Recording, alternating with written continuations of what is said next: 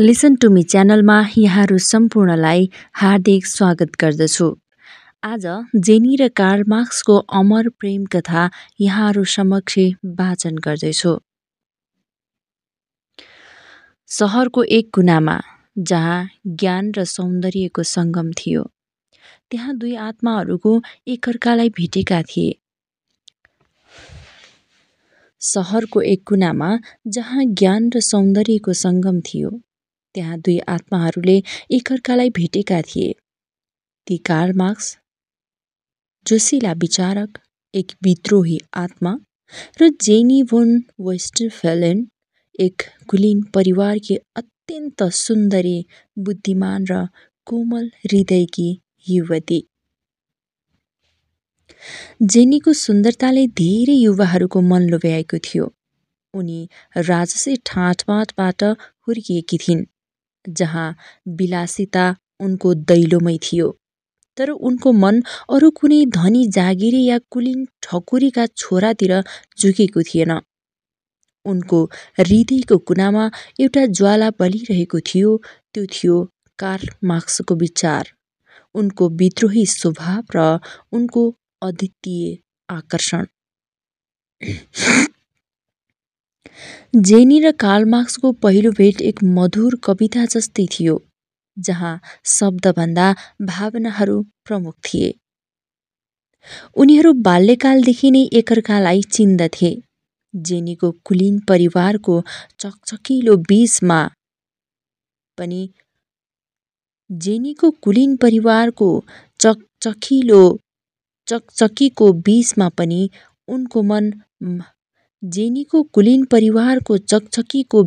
पनि उनको मन मार्क्सको क्रान्तिकारी सोचतिर तानिन्थ्यो। कार्ल मार्क्स भने समाजका परम्परागत नियमहरूलाई चुनौती दिने विचारक थिए। उनी तीक्ष्ण बुद्धिका धनी, भाषणमा प्रभावशाली र कलममा शक्तिशाली थिए। जब जेनीले उनको नजरको गहिराईलाई पढिन्, त्यहाँ उनले अनन्त प्रेम र क्रान्तिको सपना देखिन्। तर यो प्रेम सरल थिएन। जेनीको परिवारलाई एक कुलीन व्यक्तिसँग विवाह गराउने पक्षमा थियो।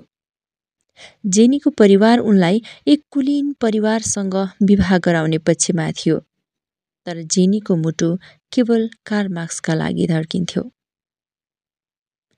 जेनीले समाजको आँधीबेहरी सामना गरिन्। परिवार, इष्टमित्र सबैले उनलाई सम्झाए, मार्क्स गरिब छन्, उनी क्रान्ति मात्र गर्छन्, तिमी विलासिताबाट वञ्चित हुनेछौ।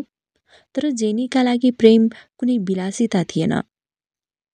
प्रेम आत्माको सम्बन्ध थियो, मनको मिलन थियो। जेनीको आँखा कार्लका सपनामा थिए।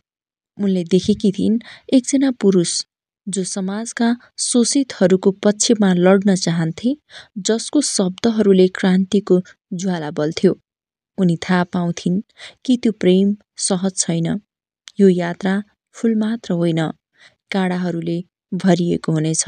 र तैपनि उनले कार्ल मार्क्सलाई नै रोजिन्।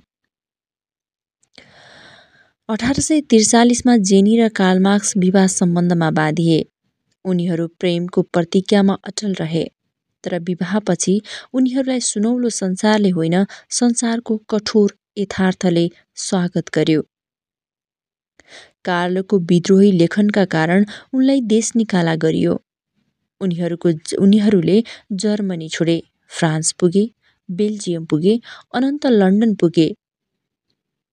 जता गए पनि उनीहरू गरिबीको शिकार भए। कहिलेकाहीँ पेटभरि खानाको अभाव हुन्थ्यो त कहिलेकाहीँ बच्चाहरूलाई औषधि किन्न पनि पैसाको समस्या पर्थ्यो। तर जेनी कहिल्यै गुनासो गरिनन्।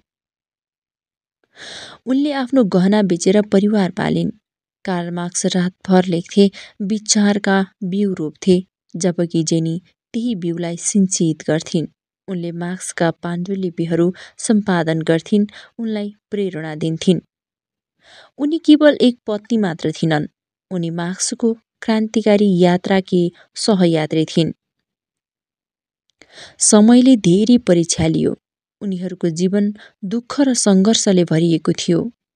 उनीहरूले छोराछोरी गुमाए, अभावको पीडा झेले, तर कहिले आफ्नो प्रेम र लक्ष्यबाट विचलित भएनन्। जेनी जीवनभर कार्ल मार्क्सको छाया बनेर साथ रहिन्। अन्ततः सन् 1881 उनले संसार छोडिन्। मार्क्स उनको वियोगमा टुटे। उनी अब जिउँदै भए पनि अधुरो थिए। जेनी बिना उनी अधुरा थिए।